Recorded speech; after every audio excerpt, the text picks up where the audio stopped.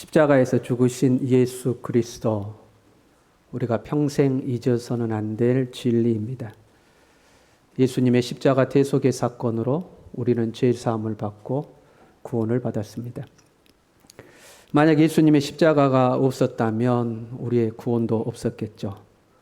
그래서 우리는 이 예수 그리스도의 십자가 사건을 평생의 가슴에 새기고 천국에 가는 그 순간까지 이 십자가를 붙들고 살아야 합니다. 그러나 우리의 신앙이 예수님의 십자가 죽음에만 머물러 있어서는 안 됩니다. 우리가 1년 중에 예수님의 십자가와 고난을 가장 많이 묵상하는 기간은 사순절 기간일 것입니다. 지금은 여러분이 사순절을 어떻게 보내는지 몰라도 과거의 사순절은 이런 식으로 보냈었습니다. 기본적으로 오락을 금하고요. 고기를 삼가했습니다. 결혼식도 해서는 안 되고요. 여행을 가서도 안 됐습니다. 40일의 사순절 기간에는 예수님의 고난에 동참한다는 마음으로 하루 한 끼 금식을 하기도 했고요.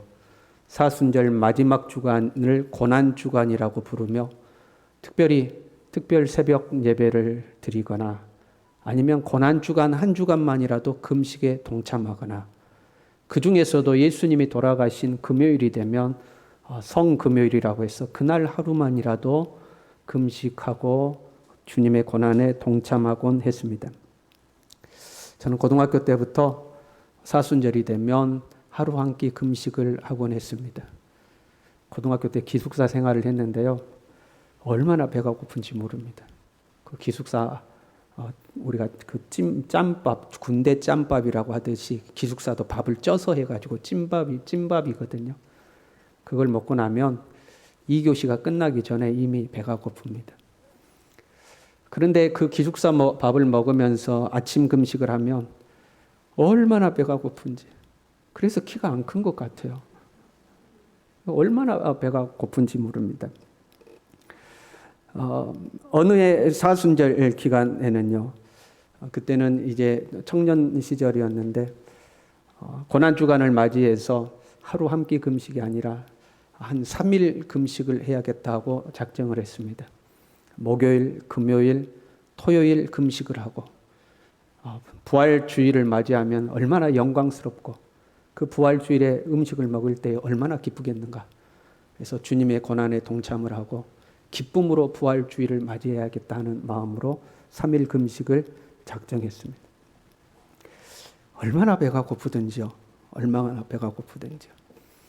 금요일 저녁이 되어서 교회에 기도회를 하러 가는데 그 도로에 있는 모든 식당 집에 있는 음식이 다 먹고 싶었습니다. 중국집을 지나가면 짜장면이 먹고 싶고, 튀김집을 지나가면 튀김이 먹고 싶고, 거리에 포장마차 오뎅 파는 집을 지나가면 그 오뎅이 그렇게 먹고 싶고, 그러면 제 스스로를 책망하는 겁니다. 예수님은 너를 위해서 십자가에서 고난당하셨는데 지금 너는 먹을 것이 생각나냐? 오늘 금요일 날 예수님은 십자가에서 죽으셨는데 너는 지금 밥이 목구멍으로 넘어갈 것이라고 생각하느냐 하고 스스로를 책망하면서 그 배고픔을 콕 참고 있었습니다. 그때 제 마음속에 한 가지 생각이 불현듯이 떠올랐습니다. 너 지금 뭐하냐? 너 지금 뭐하냐? 마치 예수님이 꼭 저에게 말씀하시는 것 같았어요. 너 지금 뭐하고 있냐 하는 거죠.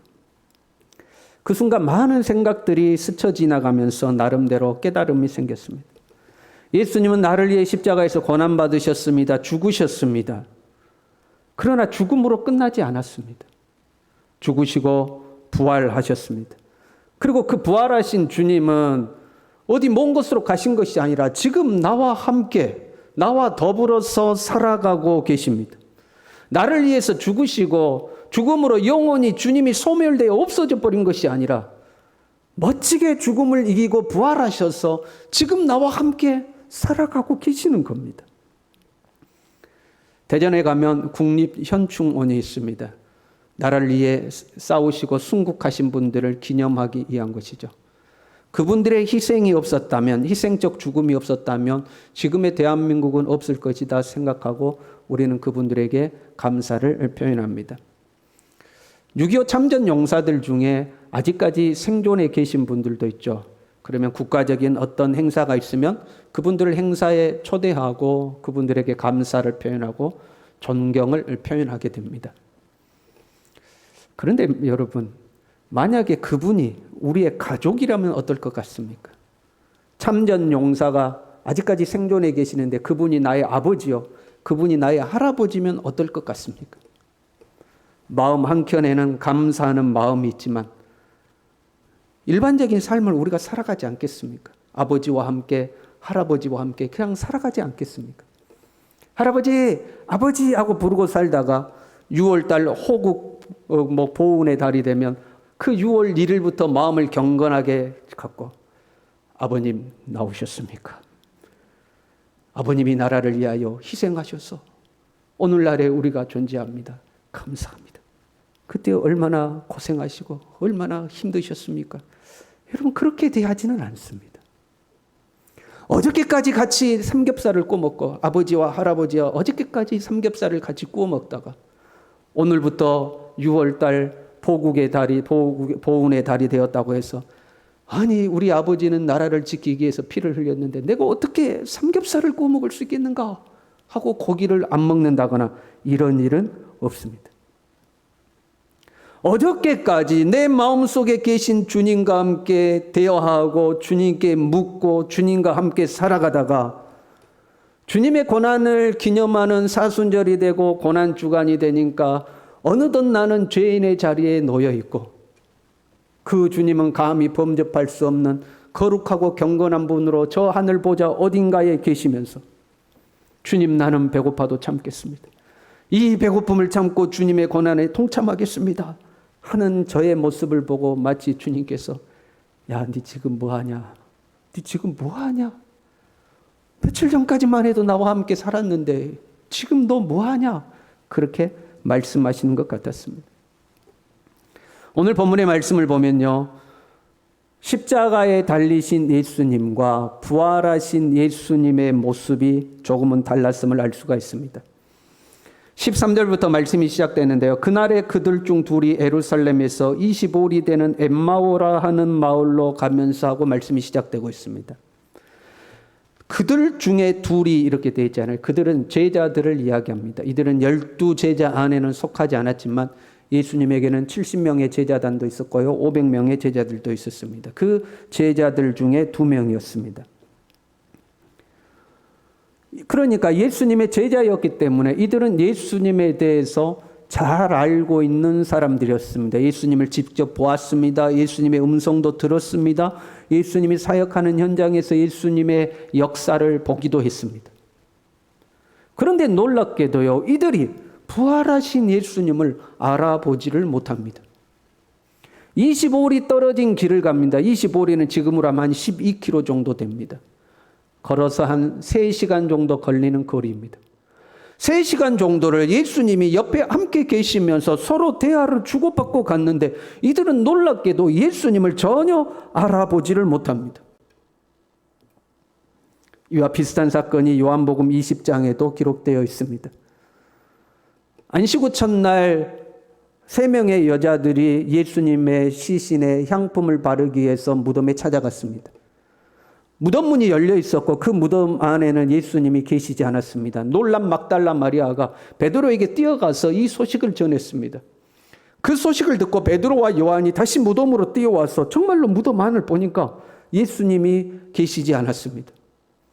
의아해하며 베드로와 요한이 돌아갔을 때에 막달라 마리아는 돌아가지 않고 무덤 밖에서 울고 있었습니다. 그때에 예수님께서 이 마리아에게 나타나셨습니다. 그런데 놀라운 것은 이 마리아가 예수님을 보고도 예수님을 알아보지를 못합니다. 요한복음 20장 14절에는 이렇게 기록되어 있습니다. 이 말을 하고 뒤를 돌이켜 예수께서 서 계신 것을 보았으나, 예수님을 보았으나 예수이신 줄을 알지 못하더라. 세상 사람들이 다 예수님을 못 알아봐도 마리아는 알아볼 수 있었을 겁니다. 7 귀신이 들어서 인생에 고난받던 그에게서 귀신을 쫓아내고 새 생명을 주신 분이 예수님입니다. 그 뒤로 마리아는 예수님을 사랑했고 존경했고 누구보다도 헌신적으로 주님을 섬기며 살았습니다. 그런 마리아가 예수님을 못 알아본다. 이것은 놀라운 일입니다. 마리아는 울고 있었다고 기록하고 있어요. 눈물이 앞을 가려서, 혹시 눈물이 앞을 가려서 못 알아봤을까? 아니면 예수님이 십자가에서 너무 고난을 당해서 얼굴이 일그러져서 못 알아봤을까? 상상하지도 못한 일이 벌어져서 못 알아봤을까? 그 예수님을 알아보지 못하고 예수님이 마리아에게 물어보시거든요. 여자여, 왜 울고 있으며 누구를 찾느냐 하고 물어봅니다. 눈물이 앞을 가려서 얼굴을 못 알아봤다면 음성을 들으면 음성이라도 들어야 되는데 그 예수님의 음성도 못 알아듣고 오히려 그가 동산지기인 줄 알고 하고 엉뚱한 사람으로 착각을 합니다. 십자가에 달리신 예수님은 마리아가 잘 알고 있었으나 부활하신 예수님을 알아보지는 못한 겁니다. 그때 예수님께서 마리아에게 마리아야 하고 부르십니다. 마리아야 하고 부르실 때에 마리아의 눈이 열려서 예수님을 그때서야 알아봅니다. 본문은 이 일을 이렇게 설명합니다. 31절에요. 그들의 눈이 밝아져 그인 줄 알아보더니, 눈이 밝아져야지만 부활하신 예수님을 알아보는 겁니다. 마리아야 부를 때에 눈이 밝아진 겁니다. 눈이 밝아지지 않으면 부활하신 예수님을 그분이 내 앞에 계심에도 불구하고 알아보지 못하는 겁니다. 지금 엠마오로 가던 이 두 제자들은 예수님을 잘 알고 있었습니다. 예수님이 하신 일도 잘 알아요. 19절에 이렇게 됐습니다. 그는 하나님과 모든 백성 앞에서 말과 일에 능하신 선지자이거늘. 예수님이 하신 말을 들었습니다. 가르침을 배웠습니다. 예수님이 능력을 행하시는 것도 보았습니다. 예수님을 가까이서 보던 사람들이에요. 예수님의 십자가 사건도 알고 있었습니다. 예수님의 무덤이 비어있다는 예수님의 부활 소식도 들어서 알고 있었습니다. 그런데 그 주님이 지금 자기들 바로 앞에 계시는데 못 알아보는 겁니다. 그 예수님에 대해서 이야기를 하면서 정작 예수님이 앞에 계시는데 못 알아보고 있는 겁니다.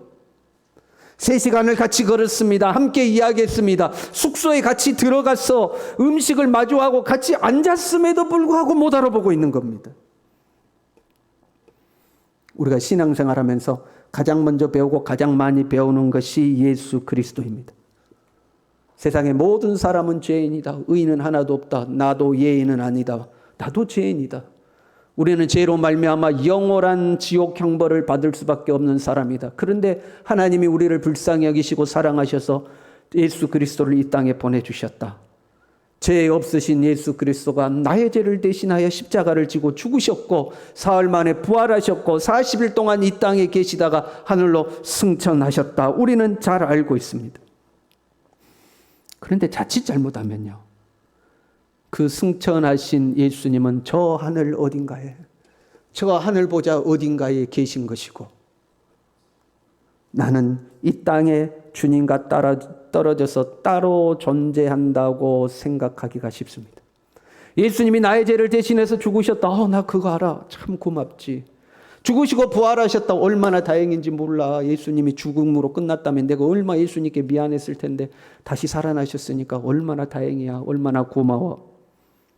그 주님 어디 계시는데 몰라. 언젠가는 만나겠지. 저 하늘 보좌에 어딘가는 계실 거야. 그 주님 언젠가는 만나겠지 하고 생각하기가 쉽습니다. 제가 어렸을 때요, 저희 부모님은 제가 물가에 가는 것을 엄격하게 금하셨습니다. 동네에 저수지가 하나 있었는데 해마다 한 명씩 빠져 죽었어요. 그러니까 절대 물가에를 못 가게 하셨습니다. 동네 아이들은 그 저수지 밑에, 저수지 수문 쪽으로 물이 흐르면 거기에 고여 있는 곳이 있거든요. 거기서 여름철이 되면 매일 가서 거기서 물놀이를 하고 노는데 저희는 물가에를 못 갔어요. 그러던 어느 날 동네에 형이 그 아이들이 노는 곳에 저를 데리고 갔습니다. 그러니까 동네 아이들이 다 섞어서 노는데 동훈아 너도 들어와, 동훈아 너도 들어와 그러는데 저는 수영을 못 하거든요. 그런데 너는 들어와 그러니까 나 수영 못해, 못 들어가, 이 말 하는 게 자존심이 상했어. 자존심을 지키고자 물속으로 뛰어들었습니다. 뛰어들자마자 그대로 허푹허푹 하면서 꼬르륵 이제 까랑지는 거죠. 정신이 없어요. 나중에 알고 봤더니 제가 허푸허푸 꼬르륵 할 때 동네 형 중에 한 명이 제 뒷머리채를 잡아채고 물에서 꺼내가지고 끄집어냈다고 그러더라고요. 그때 제가 허푸허푸하고 끝났다면 여러분 제가 이 자리에 없겠죠. 그때 제 뒷머리채를 잡아준 형이 얼마나 고마운지요. 얼마나 고마운지요. 가끔 그때 일을 회상하면서 고맙다고 생각합니다. 그런데 그 형은 어디서 무엇하고 사는지는 모릅니다. 고마운 건 고마운 건데 그 형은 어디서 무엇하고 사는지 모르겠습니다. 만약에 그때요, 저의 뒷머리채를 잡고 저를 꺼내준 사람이 저의 친형이었다면 어떻게 됐을까요? 그랬다면 친형을 만날 때마다, 가족이 모일 때마다 옛날 일 이야기하면서 동훈이 저 자식 그때 물에 빠졌는데 그냥 꼴 좋더라고 허프허프하고 있는데 내가 네 뒷머리 잡아채서 네 건져줬잖아. 그러니까 그때 형 아니었으면 나 진작 죽어버렸네 하고 그때 일을 회상하며 즐겁게 이야기를 나눌 겁니다. 근데 만약에 그때 저희 형님이 저를 구해주다가 물에 빠져서 죽었다거나 저를 건져주는 과정에서 몸에 장애를 입었다면 어떻게 되겠습니까? 해마다 그때쯤이 되면 형님 앞에 죄송한 마음, 죄책감이 들지 않겠습니까? 마음이 무겁지 않겠습니까? 내 이로 형이 하나 있었는데 나를 건져주다가 죽었지. 또는 내 형님이 저렇게 불구가 된 것은 나를 건져주다가 저렇게 된 거지. 죄책감과 무거움을 가지고 있지 않겠습니까? 저 형님이 저를 탁 건져주고 저를 뒷머리채를 잡아채서 저를 물 밖으로 탁 던져주고 형님은 물속으로 싹 들어가 버렸어요. 그 사람들이 다 보고 큰일 났다. 야야 저 동훈이 형 물에 빠져가지고 이제 안 나온다. 어떡하냐 하고 있는데 다들 큰일 났다고 하고 있는데 형님이 물속에 숨어있다 갑자기 팍 하고 튀어나왔어요. 그럼 사람들이 자식 저거 장난치고 하지 않겠습니까? 기쁨과 유쾌함이 훨씬 배가 되겠죠. 그리고 가족이 모여서 그날을 회상하면 그때 형님 때문에 놀랬잖아 말이야. 하고 더 즐거움이 있지 않겠습니까? 여러분 그러지 않겠습니까? 예수님은 물에 빠진 것 같이 죽어가는 영원한 형벌로 가는 우리를 구원하여 주셨습니다. 그러나 우리를 구원하여 주시고 멀리 떠나가신 분이 아닙니다. 마치 키다리 아저씨처럼 우리에게 도움을 주시고 얼굴을 본 적도 없고 만난 적도 없이 나의 위기의 순간에 나를 건져주고 나를 떠나서 멀리 사라지신 분이 아닙니다. 나를 건지려다 목숨을 잃으셔서 해마다 예수님을 추모하고 해마다 예수님을 기리면서 그분에 대한 죄책감을 가져야 되는 그런 분도 아닙니다. 예수님은 나를 구원하셨습니다. 그리고 멋지게 사망 권세를 이기고 부활하신 줄로 믿습니다. 그분은 살아서 지금 나와 함께하고 계시며 나의 일상의 모든 순간 나와 동행하고 계시는 줄로 믿습니다. 십자가의 주님은 나를 구원하셨고 부활하신 주님은 나와 함께 더불어 살아가고 계시는 겁니다. 내 눈이 밝아지지 않으면 이 주님을 못 알아보는 겁니다. 주님은 지금 내 앞에 계시는데 나와 함께 걷고 나와 함께 이야기하고 때로 나를 가르치시고 나를 인도하시고 나와 지금 같이 살아가고 계시는데 우리는 그 주님을 못 알아보고 있는 겁니다. 오랫동안 신앙생활한 사람이나 교회의 중직을 맡은 사람들, 심지어는 목회자들 중에서도 간혹 엉뚱한 짓을 하는 것을 볼 때가 있습니다. 예수 믿는 사람이 왜 저렇게 살아? 아니 저 사람 예수 몇십 년을 믿었다는데 왜 저래? 저 사람 교회라는데 어떻게 저런 짓을 할 수 있어? 우리는 그런 일들을 간혹 접하기도 합니다. 그 사람들이 예수님을 모르는 거 아닙니다. 예수님을 안 믿는 것도 아닙니다. 예수님에 대해서 압니다. 십자가에 대해서도 압니다. 부활에 대해서도 압니다. 오히려 신앙생활 오래 했기 때문에 더 잘 알고 남들에게 가르치기도 합니다. 주일날이 되면 오늘처럼 이렇게 나와서 예배 드립니다. 기도도 합니다. 예수님 믿어요. 그런데 예수님과 같이 살지는 않는 겁니다. 예수님 나의 죄를 대신해서 죽으셨고 부활하셨는데 그 예수님은 어딘가 계신 겁니다. 저 하늘에 계시든지 어딘가 계십니다. 나는 나대로의 삶을 사는 겁니다. 그냥 같이 살지 않는 겁니다. 주님이 지금 나와 함께하고 계신다면 우리는 그렇게 살 수는 없는 겁니다. 그렇게 말할 수 없고 그런 짓을 할 수 없고 엉뚱한 일을 할 수 없는 겁니다. 주님이 지금 나와 함께하고 계시는데요. 주님이 지금 나와 더불어 살아가고 계시는데요. 저와 여러분의 눈이 밝아질 수 있기를 바랍니다. 교회에 왔다가 예배드리고 예배드리면서 마음에 조금 위로 얻는 듯하고 성전문을 나서는 순간 예수님은 교회에다 내버려두고 예수님 한 주간 동안 평안하십시오 하고 성전문을 나서면 아무 소용이 없는 겁니다. 이 제자들은 예수님께서 우리에게 성경을 풀어주실 때에 우리 속에서 마음이 뜨겁지 않더냐 하고 고백하고 있습니다. 이 시간 저와 여러분의 마음이 뜨거워질 수 있기를 바랍니다. 가슴이 뜨거워지기를 바랍니다. 그렇지 않으면 우리는 똑같은 거예요. 예수님 믿으십니까? 예, 믿습니다. 예수님이 당신을 위해서 죽으셨습니다. 아, 너 믿지요? 예수님이 사흘 만에 부활하셨습니다. 얼마나 다행인 줄 모릅니다. 그 예수님 어디 계십니까? 그 예수님 어디 계십니까?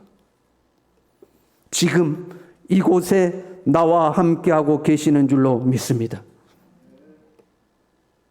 눈이 열려서 나와 함께 계시고 나와 함께 밥상에 앉아 계시고 나와 함께 잠자리에 계시고 직장에 가든지 가정에 가든지 들에 가든지 어디에 가든지 나와 함께하고 계시는 주님이 보이면 우리의 삶이 바뀔 수밖에 없습니다. 삶이 바뀔 수밖에 없습니다. 주님이 지금 나와 함께하고 계시는데요. 제자들은 이 주님에 대하여 눈이 밝아지는 순간 엠마오로 가던 삶의 방향을 바꿔서 예루살렘으로 다시 올라갔습니다. 뜨거운 가슴을 가지고 예루살렘으로 올라갔어요. 삶이 완전히 바뀌는 겁니다. 저와 여러분의 삶이 바뀔 수 있기를 바랍니다. 부활하신 주님과 함께 살 수 있기를 바랍니다. 이 주님과 여러분은 함께 사십시오. 함께 더불어서 이야기하고 주님과 끊임없이 대화하고 주님과 함께 살아갈 수 있기를 바랍니다.